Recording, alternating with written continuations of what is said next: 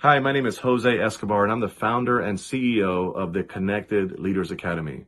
We're the number one fastest growing community and tribe of some of the highest level entrepreneurs all around the country and around the world.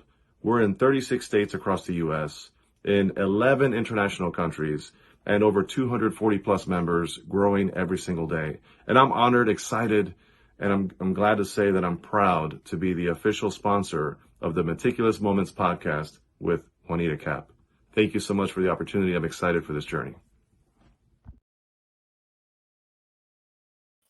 And we are live, and I am here with the phenomenal Michael. I'd like to say Villines. I'm not sure how to pronounce your surname. How are you, Michael? I'm doing great. It's Villines. Thank you so much for having me. Just look at Bill lines, put them together, and you got it. Villines. There we go. I think I have it. I love it. I love it. It's so wonderful to have you here at the Meticulous Moments podcast, where we facilitate community upliftment through leadership development. And today we are going to spend some time with you. And before we get into our session, I would love to read your bio. And it starts like this. The doctor walked into the room and said, "You have multiple sclerosis." That changed my life. From my diagnosis in May 2018 to now, it became my life mission to improve my diagnosis. In 2021, I started working with others, teaching them what I've learned that's helped me out to improve and work towards improving and changing 2 billion people's lives, giving them the ability to change and take control of their own diagnosis and health. What a wonderful testimony that is. Would you like to explain to us your journey? And I know you. We've been on virtual coffees before. We've been in the same Zoom rooms. But for the audience members who do not know you yet, would you just like to introduce yourself, please? Yeah, I'm Michael Villines. I live in Louisiana, and that in May 2018, I was diagnosed with multiple sclerosis.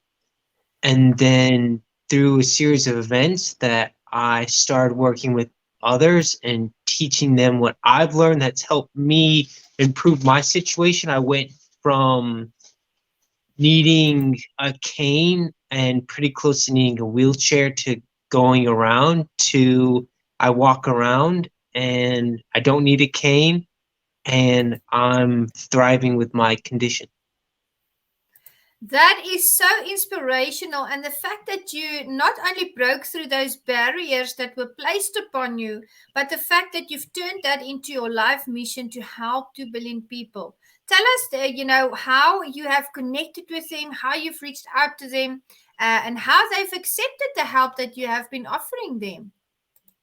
Yeah, people. So in the autoimmune world, because there are lots of autoimmune conditions, when people find out that you can help them heal and get better, that people start searching you out and they start looking for help.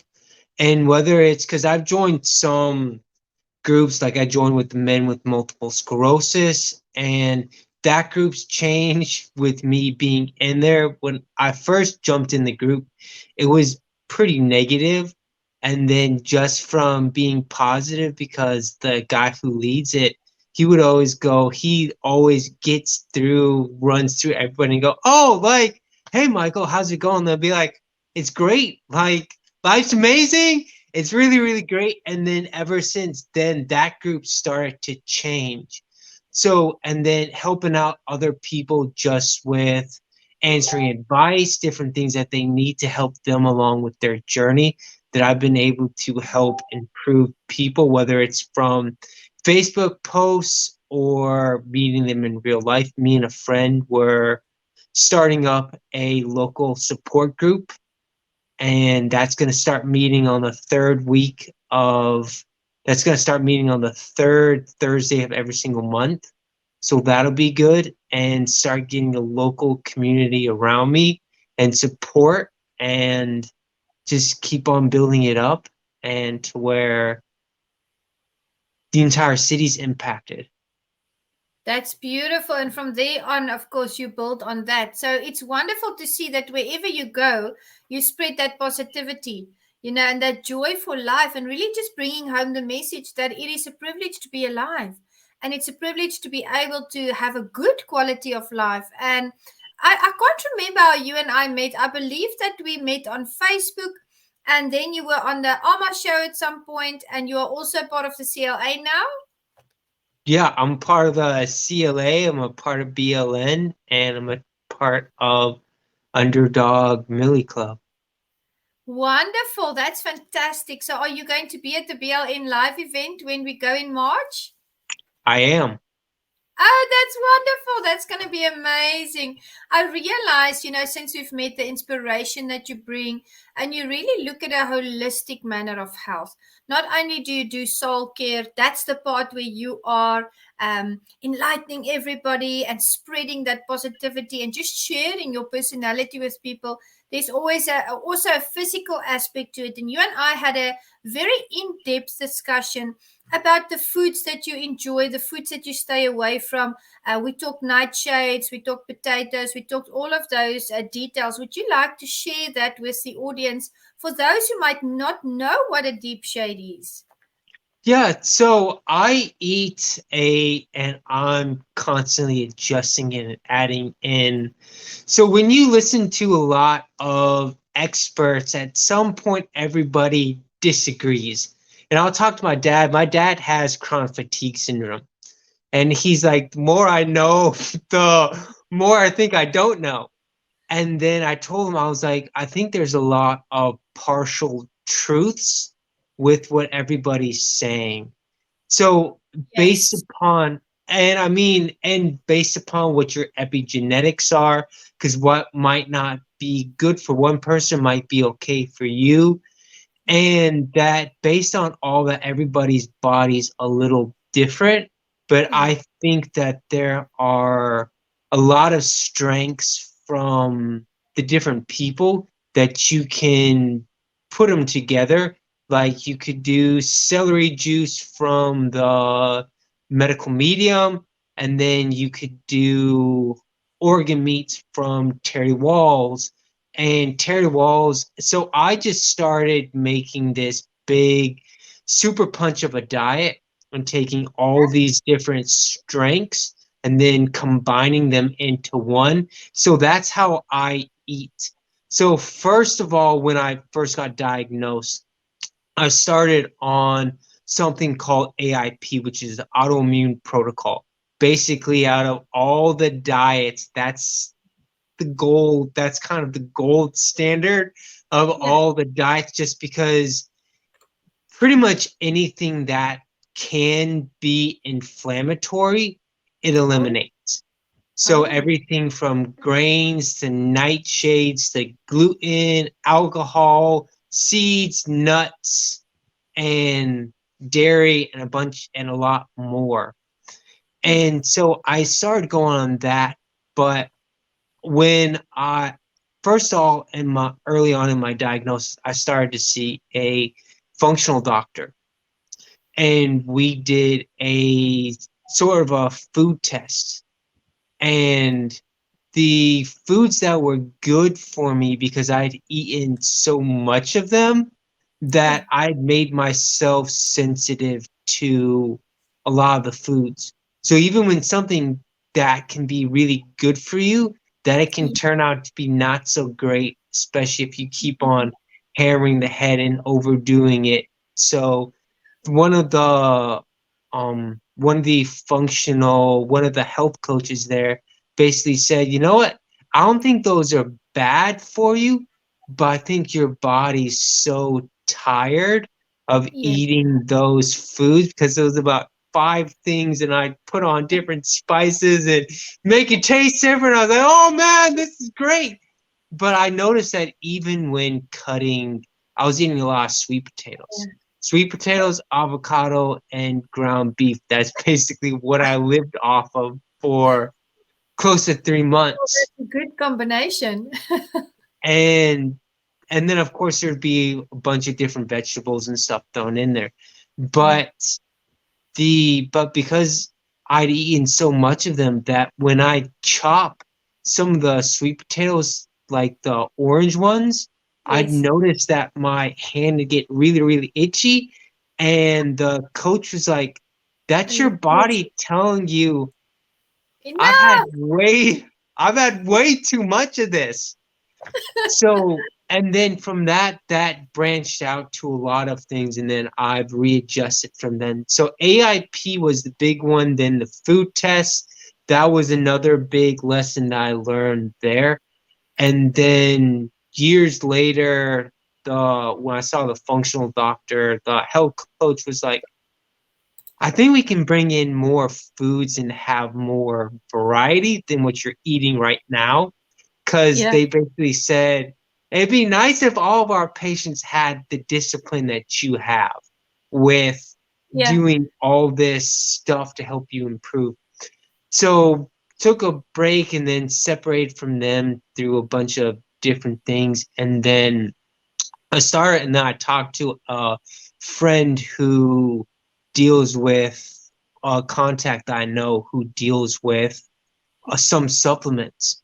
And she thought one of the supplements has a ton of NRF2 activating proponents in there.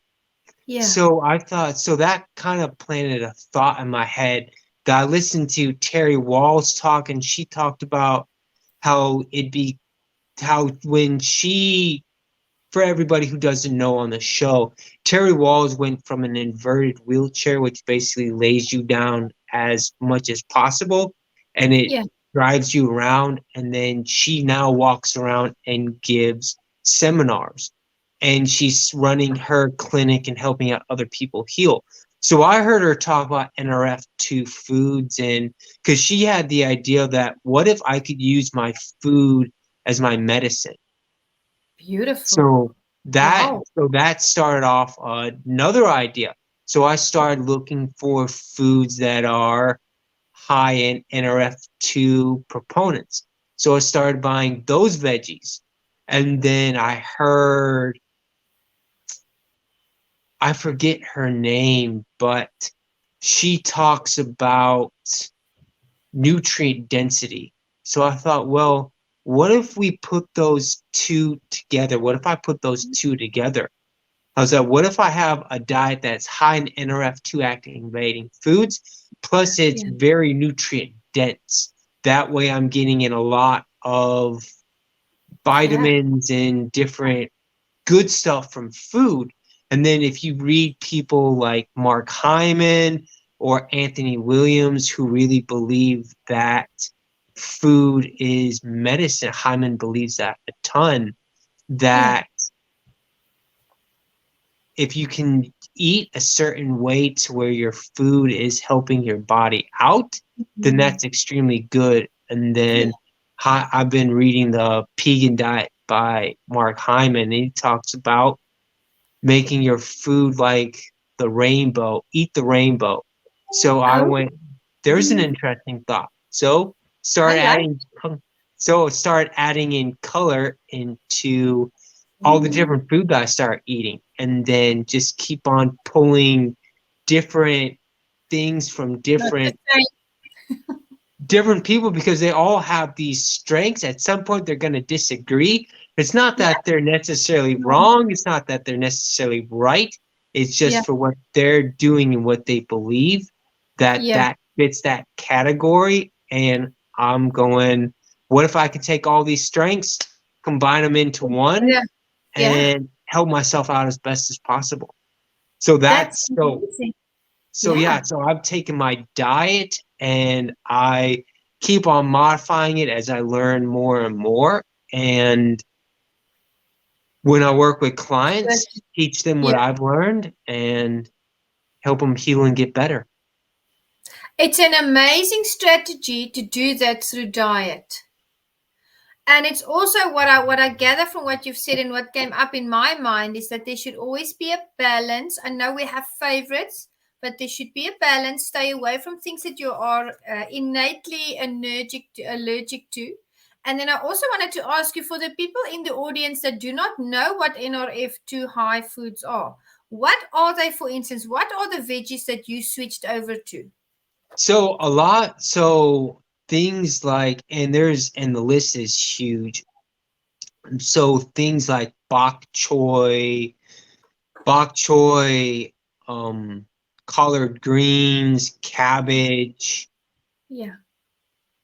some fruits like blueberries, I believe is high in, Yeah. um, that blueberries are a major oxidizer, so I don't know if they're NRF2 high, but NRF2, but foods that are high in NRF2, that they are major oxidizers. Mm-hmm. Ginger, Ginger is turmeric, those are big in NRF2. inflammatory. Yeah. Yeah, and I've noticed that even like whenever I've had different foods and I've cooked with ginger, that Yes. that's one of the most anti-inflammatory foods that's out there, just because I could definitely feel a major difference in my body. Yeah. Talking about ginger, when you dine and you go to a sushi restaurant, I love those shavings of the ginger. That's my Yeah. favorite that they make, and it's true. It does have that alleviating effect. It does curb the inflammation in your body, and I don't think many people realize that inflammation causes disease in your body if you have inflammation for a prolonged period of time. People eat and they do so recklessly, and I think we're all guilty of that. I mean, we've all been in a place where we've loved something too much, or partaken too much of a certain thing, but the balance is there, the diet is there. And I want to ask you, did you also adapt the amount of times that you eat during the day? Do you stick to 3 meals a day? Do you do 4 smaller meals? And how did you really grow into that? And do you eat? Because I've read up a lot about how people structure their diet. If they want to be healthier, they would eat the heavier meal, for instance, in the afternoon instead of the evening, so that there's time to digest. There's other factors such as the fasting, intermittent fasting. How do all those things fit into your program? Do you practice them, and do you advise that we do or not? So I so intermittent fasting's tricky, because you hear some people say it's a good thing, some Yeah. people say it's not so great. I believe that having an eating window Mm. is maybe a little bit better. I've heard that the real benefits to fasting come after 30 plus hours. Like if you want to get the full benefit of fasting, it comes around that time frame, because Yeah. that's when your body seems to benefit from the best. But I know different doctors like Dr. McCullough and a bunch of others, they love intermittent fasting. The Yeah. trick with intermittent fasting is that you have to get in all your nutritional value in that 8 hour window. Yeah. Yeah. So That that's makes the trick to intermittent fasting, is keeping your diet, keeping your eating window within that range. And I've mm, heard people like Ari Whitten, who's an energy expert, he's an award-winning energy expert, that yeah. he's talked about that. He's the person that I pulled the eating window from the most, just because he talked about Yeah. when people, your mitochondria basically does everything in your body more or less. And Mm. so whenever you eat, so if you eat really, really late, your mitochondria is working really, really late to break all that down. But Yeah. also when you sleep, your mitochondria is working on healing you. So if your mitochondria is breaking down food while you're Not sleeping, eating you. and it doesn't give your body enough time to heal. Yeah, that So makes if you give that break, that window, then your mitochondria has time to focus on other more important tasks for your body, and to really help you heal and move forward. yeah. So I believe that eating window is best. Don't eat too late, Yeah. and then whenever you wake up and you eat, that's one thing. And then if you're doing the intermittent fasting, great. In that And then window. Yeah, because I know some people I've heard that they go, I do a major fast Yeah. once or twice a week just because not fasting too much, and then they drink water and a bunch of other things in there as well. Because I know the Plenty. one guy I was listening to, he really liked coffee, so he drank coffee when he did his longer fast. But it depending upon where your body is, the long fasts are good because they'll help you heal. And even with lions, that's where a lot of people pull intermittent fasting because lions only eat for a short period of the day. And what that does is that boosts up all their different blood cells and Yes. it causes their body to heal Mm. faster. Mm. I love that about them because I'm not a big eater, but I do eat during the course of the day. But I'm not very fond of big portions. That's just how I am because I'm always on the go. But I do realize that we have to give our body a chance to heal. So late night meals are not good for you in any sense No. because your body needs to heal instead of breaking down that food. And a lot of people are guilty of this. Midnight snacks. We've all done that before, or working late and then you're hungry and eat. That's not a good way to go about your day. So I want to ask you, and I know it's a burning question for those in the audience. Sugars. Obviously, sugars are a no no for you. But you and I had a discussion the other day when we had a lovely virtual coffee, and I asked you, do you eat or use natural sugars? For instance, honey that has a slow release rate. Or what type of sugars are you allowed to use, and what type of sugars do you kind of stay away from?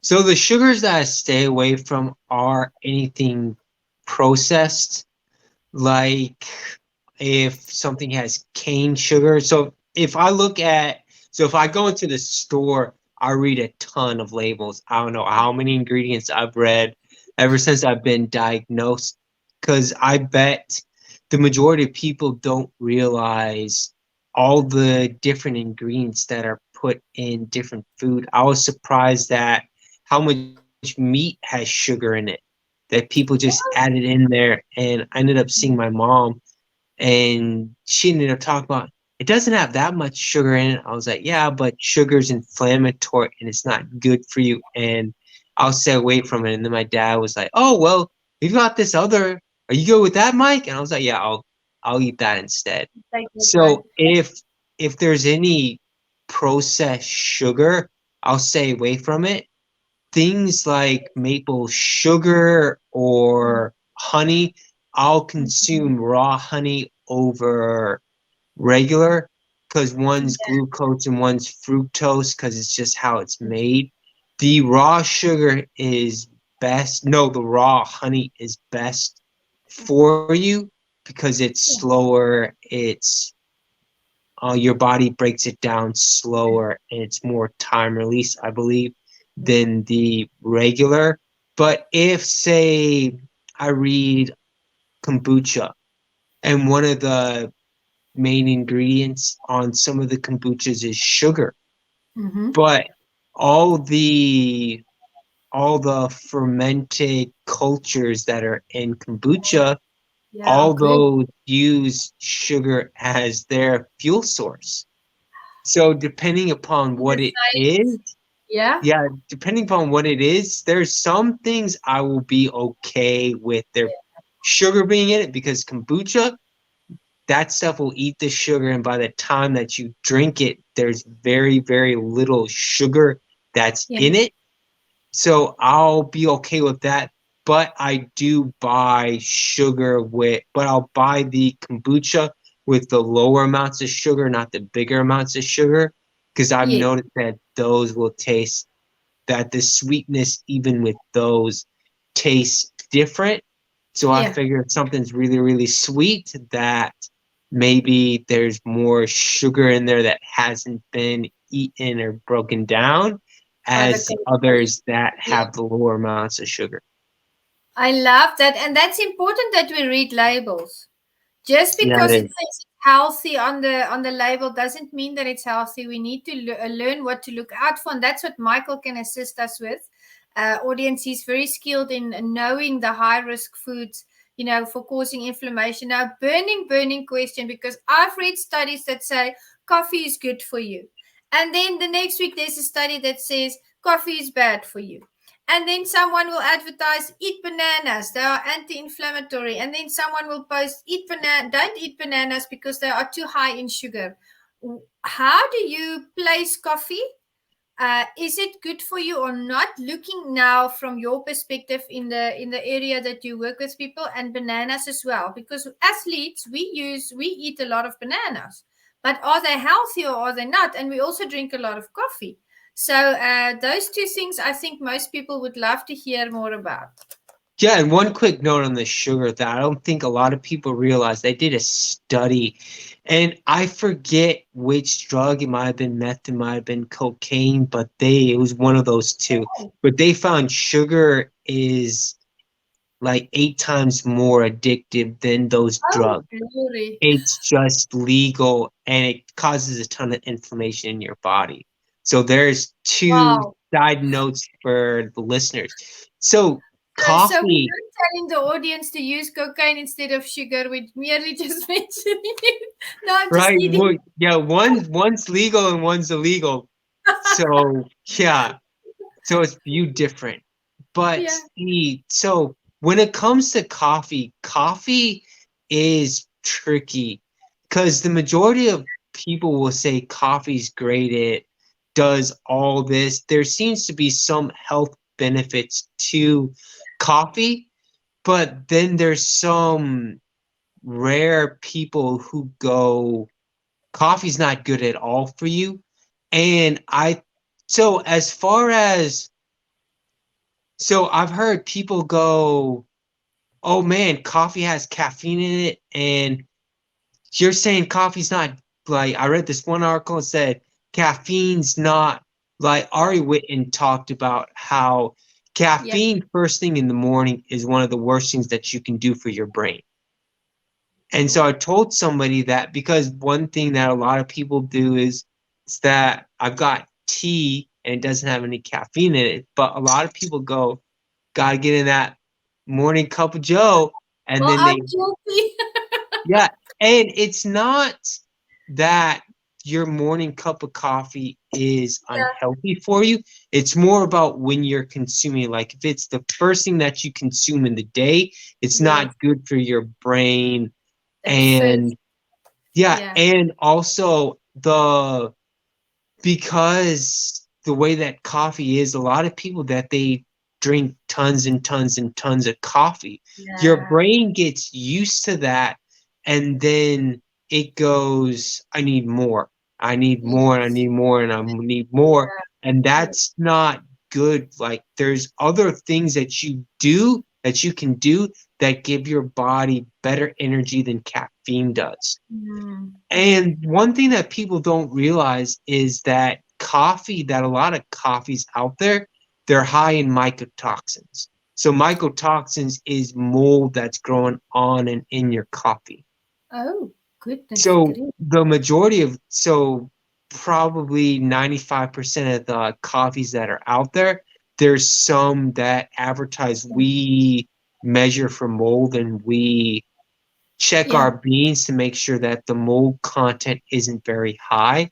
And I've seen more and more of those brands come up.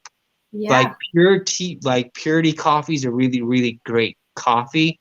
They're a little bit more, but they're monitoring all their beans for mold, and it's organically grown. A lot of people don't realize that pesticides, coffee is one of the most, that it's one of the products out there that has the most pesticides used on it to grow it. My goodness.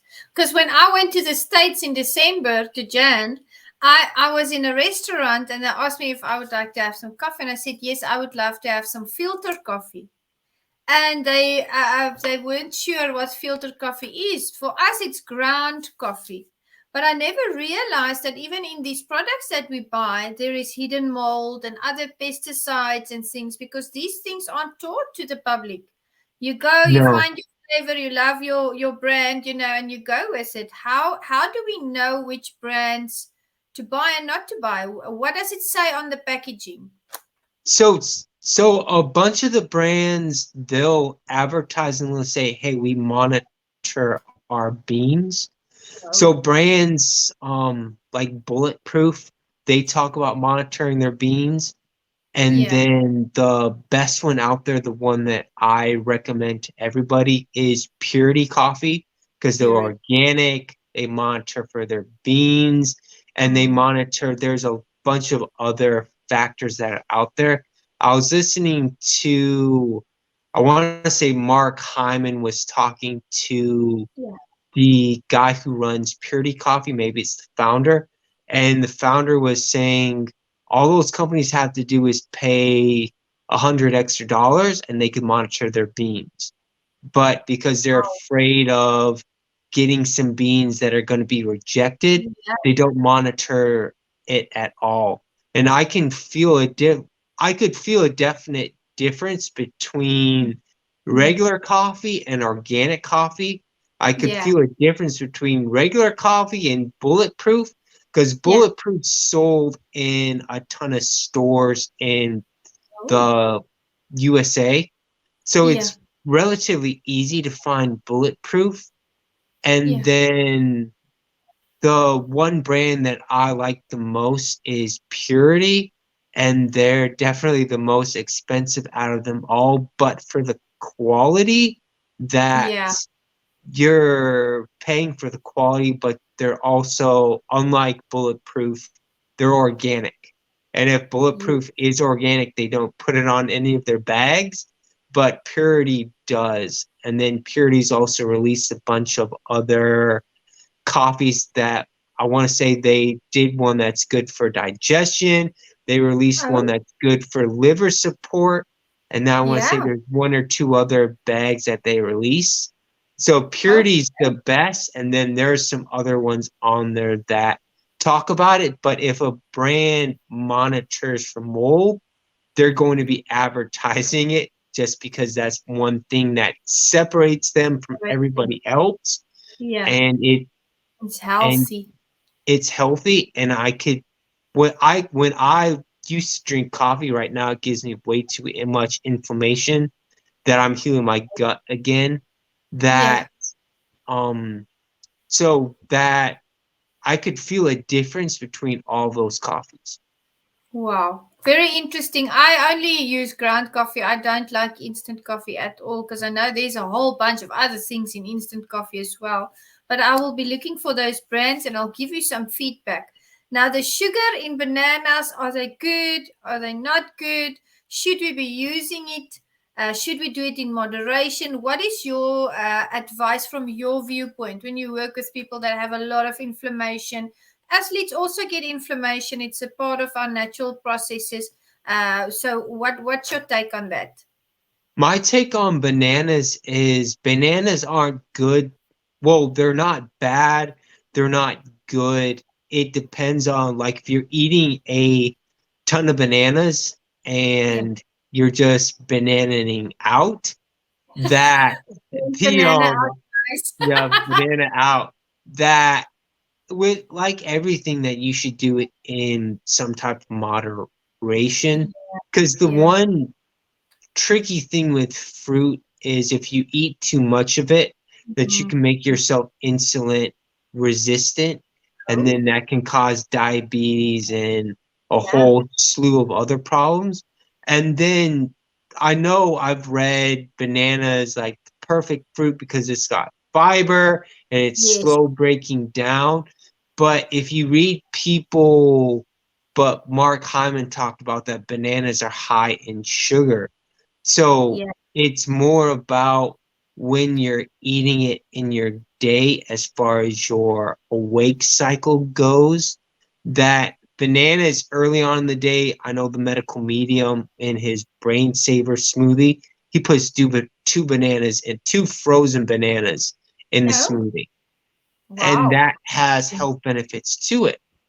But if I'll eat sugar or other foods when it's way, way too late, I can definitely feel an energy crash that comes along with that. So I think Yeah. it's more about, and then then I read Hyman, he went, bananas are high in sugar. I went, oh, that makes sense with the energy crash. So a lot of it, I would say, is what time are you eating them, and eating them early on in the day, eating fruits early on in the day. And like if you're diabetic, yeah, if you're Yeah. diabetic and you want to have some fruit, I know Hyman talked about in the vegan diet, he talked about with his diabetic patients and they want to do fruit. He said Yeah. limit it to half cup and consume it in the morning. And also he talked about changing the fruit to berries because berries have a lot of nutrients in them. Berries are one of those very, very nutrient dense foods Yeah. that are Love low you. in sugar. So your Yeah. body gets all of those nutrients plus it's low in sugar. So if sugar is a problem for you, Yeah. in the morning is the best time and limit it to smaller amounts. So that would be my take on bananas. It's not good, it's not bad.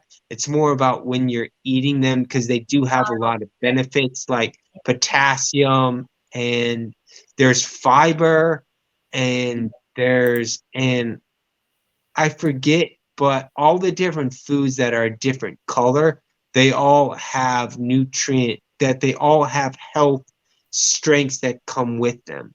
So Yes. the yellow that has certain health benefits to it.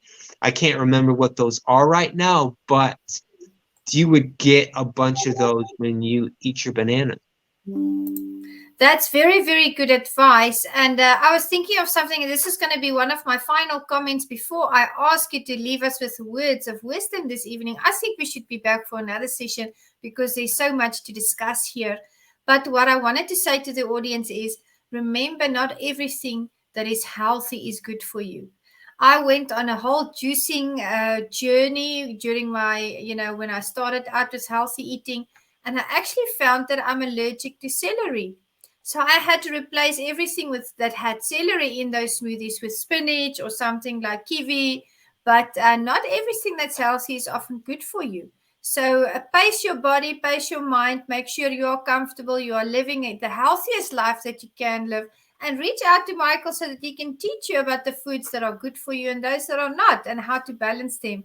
Any final words for us, Michael? I would say that the final words, I was on it was one of the first shows that I was on, and somebody asked me, what advice would you give to younger self? I want to have to think about that for a second. And then what I said to them, their mouth raised a little bit and they were surprised. I went, be better than me. And the reason I said that was learn from the mistakes I've made and improve. Because you'll hear a lot of people in the self development world that they talk about be 1% better than yesterday. Yes, But I've heard. everybody always talks about that 1% better. But if you're not improving, you can also decline by 1% or whatever every single day. So it can balance out and you can end up in that same spot. Just whatever you're doing, keep on improving and adding to yourself. And my definition of success is living to your full potential for the reason that God created you for. Beautiful. And because everybody can do that, whatever your definition is of success, whether it's a good dad, a good mom, being a good sibling, or whatever that is, that we can all live to whatever our definition is. And Yeah. we can all do that to the best of our ability. And then just keep on working and improving because the journey never stops, and that it's always great when you improve, and whatever we learn we can teach other people Yeah. and help them live their best lives so that they can reach their full potentials. That's beautiful. And I see you and I see what you're busy with. And from the Meticulous Moments podcast audience and community, we want to cheer you on in everything that you do. And we are going to connect with you. We're going to network with you. And you are part of the Meticulous Moments family now. So thank you so much for your knowledge, your wisdom, your experience, your time. I know you're also very busy. And we really enjoyed this session with the sharing of all of those. And we'll bring you back for another session so we can bring some more interesting facts and teach people how to live in a healthy way, because our health really is our wealth. Thank you so much, Michael, and we'll see you on the other side. Thank you for having me. I love it. Thank you. Bye, everyone.